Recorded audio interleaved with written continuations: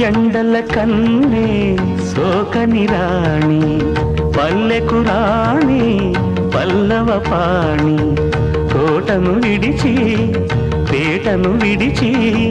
కోటను విడిచి పేటను విడిచి